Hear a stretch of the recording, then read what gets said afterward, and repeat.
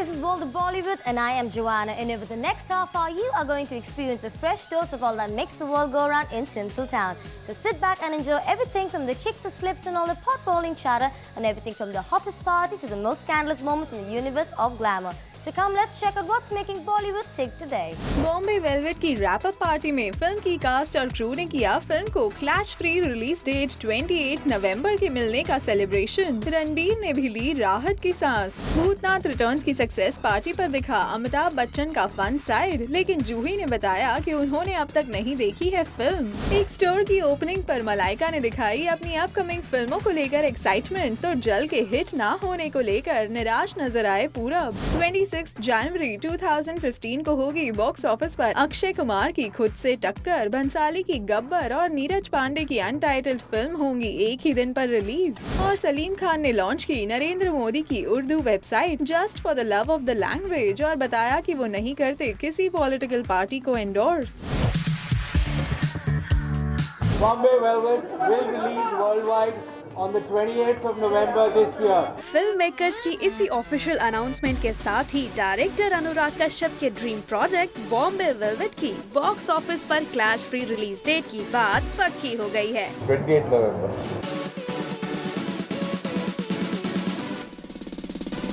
और खत्म हो गया है ये कंफ्यूजन भी कि आमिर खान ने बॉम्बे वेलवेट की वजह से अपनी क्रिसमस रिलीज पीके की डेट को प्रीपोन कर दिया, जिसकी रिपोर्ट्स मीडिया में पिछले कुछ दिनों से आ रही थी। सुना हमने डेट 28 नवंबर। देख लो, गला फाड़ के हमने 28 नवंबर को रिलीज है। इसको बियर पिला। अज बोतला खुल्लण दो, दारू शारू दुल्लण दो, विस्की दा पैक लगा के सारी दुनिया पुल्लण दो। और क्लैश फ्री डेट मिलने का यही सेलिब्रेशन हो रहा था बॉम्बे वेलवेट की रैप अप पार्टी में, जिसमें हिस्सा लिया रणबीर कपूर, डायरेक्टर अनुराग कश्यप, प्रोड्यूसर्स विकास बहल, विक्रमादित्य मोटवानी और डेब्यूटेंट एक्टर करण जौहर ने भी। अक्टूबर। कितनी देर? आज इतनी जल्दी पार्टी क्यों रखी?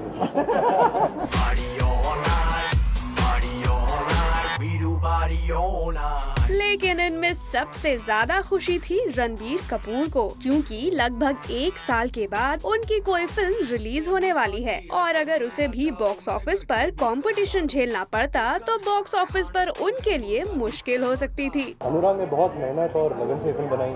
अनुराग का सपना रहा है for 9 years and I think ये बहुत फेयर होगा टू हिम कि wider audience comes and sees the film, क्योंकि उन्होंने बहुत ही एंटरटेनिंग और एंगेजिंग फिल्म बनाई है। So I think it's the correct release date. हमें ज़्यादा थिएटर्स भी मिलेंगे। We don't want to clash with another film. सबका बिजनेस अफेक्ट होता है, ज़्यादा हमारे होता।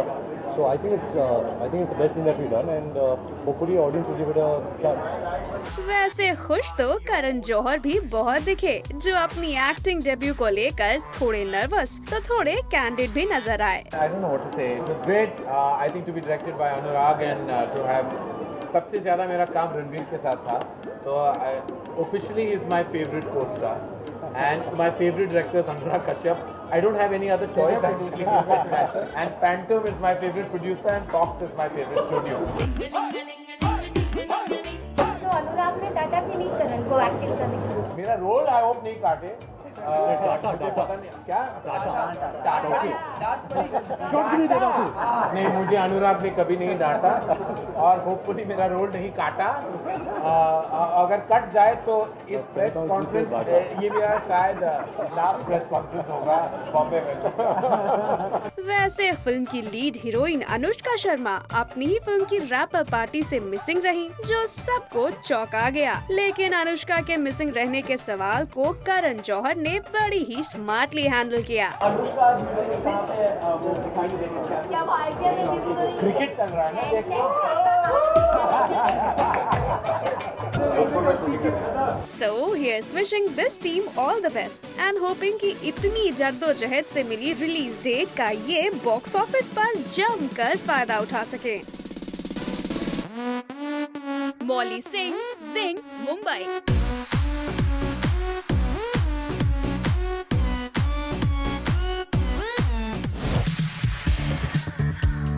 अब उनकी बात में दम है तो आवाज में भी होना चाहिए ना। अमिताभ बच्चन,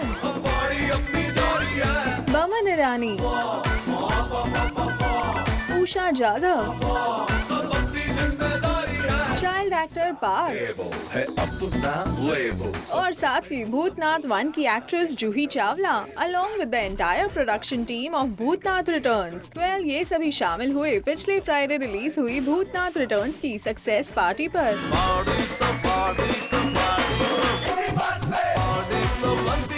जहां सभी ने शेयर की अपनी excitement on the film success. एक अजीब कहानी और एक अजीब तरह के स्टारकास्ट और इस तरह की फिल्मों को सफलता प्राप्त करना हमारे देश के लिए, हमारी फिल्म इंडस्ट्री के लिए बहुत अच्छा होता है। It's a film that has its heart in the right place, and it's a film that has earned our respect.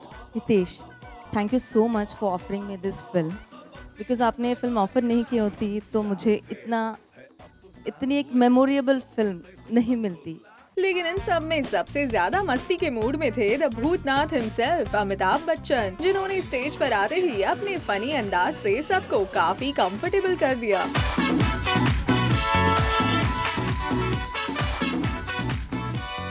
क्योंकि आप लोग मुझे देख नहीं सकते हैं, इसलिए जो मेरे प्रतिनिधित्व कर रहे हैं पार्थ जी वो बोलेंगे।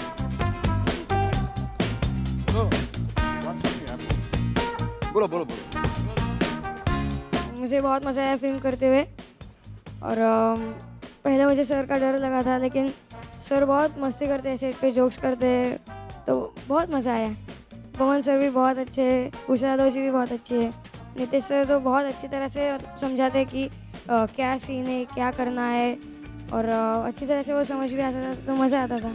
बहुत जल्दी है ये कहना, लेकिन मैं उम्मीद करता हूँ कि जितने भी साल भर के पुरस्कार हैं बेस्ट एक्टर के, चाइल्ड एक्टर के नहीं, बेस्ट एक्टर के, वो इन्हें मिले। इतना सुंदर काम किया इन्होंने। बस उषा यादव जी प्लीज।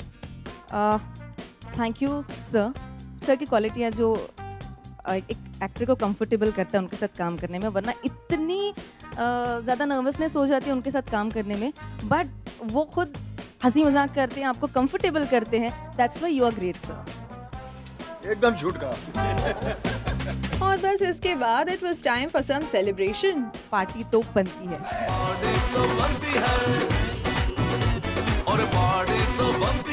जिसमें शामिल होने तो आ गई भूतनाथ 1 की एक्ट्रेस जूही चावला। आज उन्होंने भूतनाथ रिटर्न्स बनाई है और उसकी भी सक्सेस हो गई, सो मुझे ये अच्छा लगता है कि हमने कुछ एक ऐसा काम किया जिसकी नींव पर एक इमारत और खड़ी हो गई और आज उसे भी कामयाबी मिल गई। So I am really happy for the film. लेकिन बातों बातों में अब तक भूतनाथ रिटर्न्स ना देखने का कन्फेशन भी कर दिया जूही ने।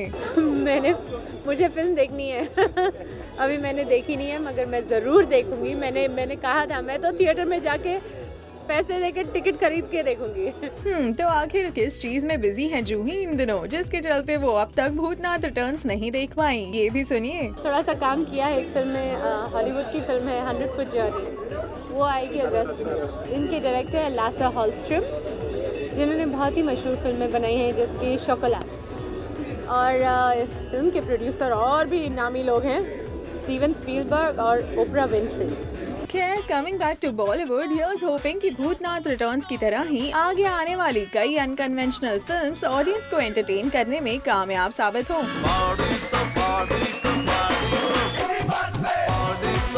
सुरुचि महतपुरकर कोरे, जिंक, मुंबई।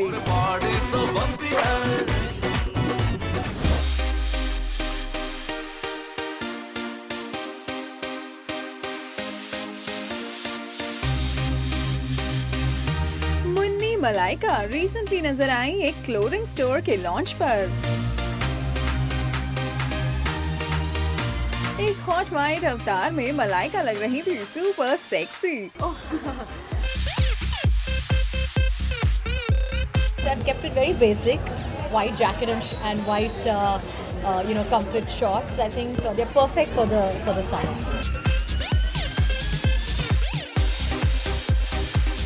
जी हाँ, this hottie has all plans to beat the heat. और इस क्लोथिंग स्टोर के लॉन्च पर मलाइका इतने सारे नए नए डिजाइन देखकर हो गई super excited, like a kid in a candy store.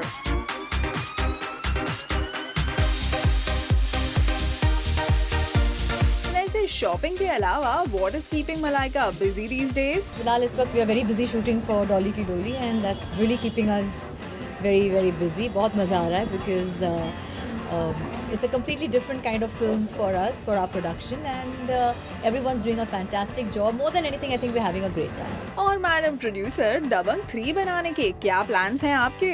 I really don't know. These questions only Arbaz can answer. But right now, all I know is that we are really happy with the way Dolly Ki Dolly is progressing, and every day is a new day and a lot of fun actually. खैर, इस store launch पर कोई अपनी फिल्मों को लेकर खुश और एक्साइटेड था, तो यहाँ एक जनाब ऐसे भी थे जो अपनी हाल ही में रिलीज हुई फिल्म जल को मिले बॉक्स ऑफिस रिस्पॉन्स से थोड़े नाखुश नजर आए। Well, there are two extreme reactions to Jal. Actually, some people really loved it, and some people criticized the filmmaker Girish's work. But I just think it's his style, and his style is for me it's very refreshing and it's new. And purists have bashed the screenplay technique, but I think as a piece of cinema, it still fascinates me when I sit down in the theater and watch Jal. It just like shakes me up. So I just regard. I mean, I look at it as opinions, and I regard those opinions. But at the same time, I think he's made a brilliant film. Well पूरब, कोई बात नहीं, film business में थोड़ा ऊपर नीचे तो चलता ही रहता है। वैसे at the store launch their was singer Anushka Manchanda, designer Rocky S and model पिया त्रिवेदी टू। यानी ये लॉन्च भले ही थोड़ा कम स्टारी रहा हो, लेकिन हम उम्मीद करते हैं कि यहाँ समर में हीट को बीट करने के लिए मलाइका का दिया ये फंडा आपके जरूर काम आएगा। White jacket and white comfort shorts. I think they're perfect for the summer. 26 जनवरी 2015 को होगा बॉलीवुड में एक बड़ा मुकाबला। 26 जनवरी को होगी अक्षय की खुद अक्षय से टक्कर। एक तरफ होगी संजय लीला भंसाली की गब्बर, तो दूसरी तरफ होगी नीरज पांडे की अनटाइटल्ड फिल्म। फिल्म्स में अक्षय हैं, दोनों ही डायरेक्टर्स अक्की के अच्छे दोस्त हैं, लेकिन अभी से ही सेम रिलीज डेट को लेकर खिंच गई है भंसाली और नीरज पांडे के बीच तलवार। भंसाली कहते हैं कि उन्होंने 3 महीने पहले ही रिलीज डेट तय कर ली थी, तो नीरज भी पीछे हटने के लिए तैयार नहीं। Bhansali says it's theme is socio political reform, it's the story of one man's crusade against corruption. Akshay would be doing a film very relevant to the nation's conscience, and what better slot for this film than Republic Day. Bhansali का तो यहाँ तक कहना है कि जब नीरज ने अपनी फिल्म का एक सिंगल फ्रेम तक शूट नहीं किया, तो फिर वो रिलीज डेट कैसे अनाउंस कर सकते हैं। उधर नीरज जो अपनी फिल्म के लिए मॉरिशस में लोकेशन हंट कर रहे हैं, उन्होंने भी पीछे हटने की बात से इनकार करते हुए साफ कह दिया है, I am not aware of which other films are releasing that day. If Gabbar is also releasing on that day, we are fine with that. देखा जाए तो भंसाली की बात में दम है, क्योंकि नीरज की फिल्म की शूटिंग तो अभी तक शुरू भी नहीं हुई। अब अगर ऐसे में भंसाली या नीरज में से कोई एक कदम पीछे नहीं हटा, तो दोनों फिल्म्स के बिजनेस पर खराब असर पड़ सकता है। तो अब देखना ये है कि दोनों डायरेक्टर्स के कॉमन फ्रेंड और दोनों ही फिल्म्स में स्टार करने वाले अक्की क्या बीच का कोई रास्ता निकाल कर अपनी फिल्म्स को नुकसान से बचा पाएंगे या नहीं।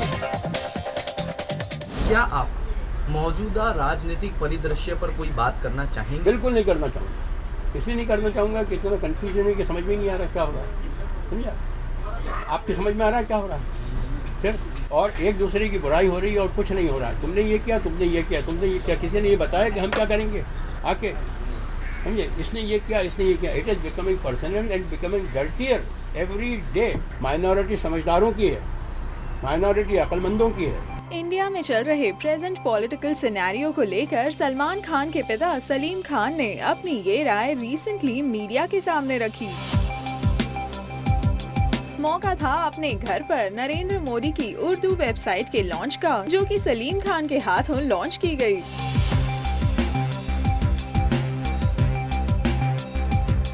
तो ऐसे में सलीम खान के पॉलिटिकल प्रेफरेंसेस के सवाल उठना तो लाजमी था, लेकिन सलीम साहब ने बड़ी ही क्लैरिटी के साथ किसी भी पॉलिटिकल पार्टी को सपोर्ट ना करने की अपनी राय बयां कर दी।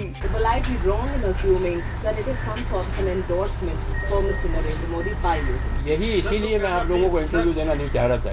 ये एक मेरे पर्सनल रिलेशन है, मेरे पड़ोसी से भी मेरे पर्सनल रिलेशन है। अगर वो मुझसे कुछ कहेंगे तो मैं उनके लिए करूँगा।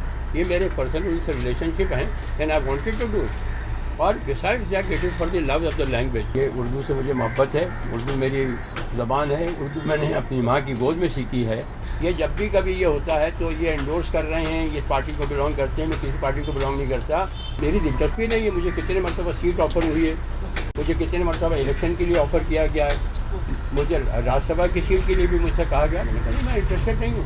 लेकिन इन सारी सीरियस बातों के बीच अपनी फैमिली के सेक्युलरिज्म का एग्जाम्पल देते हुए सलीम साहब ने छेड़ दी सलमान खान की शादी की बात। ये घर एक एग्जाम्पल है, हिंदुस्तान में दिया जा सकता है कि यहाँ किसी भी इतने सारे रिलीजन के, इतनी सारी फेथ के लोग हार्मनी के अंदर रहते हैं, इशू भी नहीं है और हर आदमी अपना मज़हब पाल रहा है, हर आदमी उसको हक है बुरी तरीके से और कोई इशू नहीं है। सलमा जो है वो महाराष्ट्रियन है, वो यहाँ करती है अपना सारा के सारा गणपति करती है।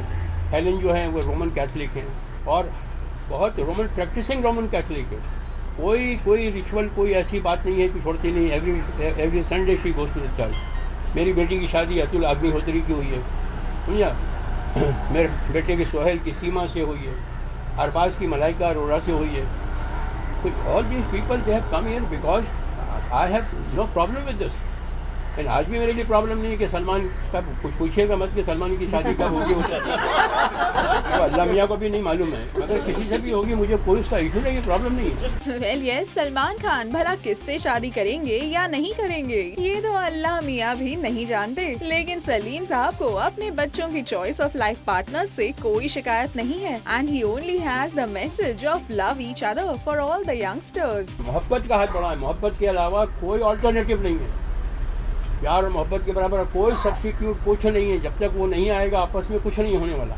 अरबाज गया था टैटू कराने के लिए, टैटू की दुकान से मुझे फ़ोन करके कहा कि डैडी मैं यहाँ टैटू की दुकान तक पहुँच गया हूँ। तो मैंने कहा लिखो लव ईच अदर और पेरिश, उसके शोल्डर पे है लव ईच अदर और पेरिश, एक दूसरे से मोहब्बत करो नहीं तो फना हो जाए। चलिए ये तो रहे सलीम साहब के विचार on how our nation needs to progress, लेकिन इनकी इन एक्सपेक्टेशंस पर कितनी खरी उतरेगी आने वाले इलेक्शंस में चुनी जाने वाली पॉलिटिकल पार्टी, ये तो आने वाला वक्त ही बताएगा। सुरुचि महतपुरकर कोरे, जिंक, मुंबई।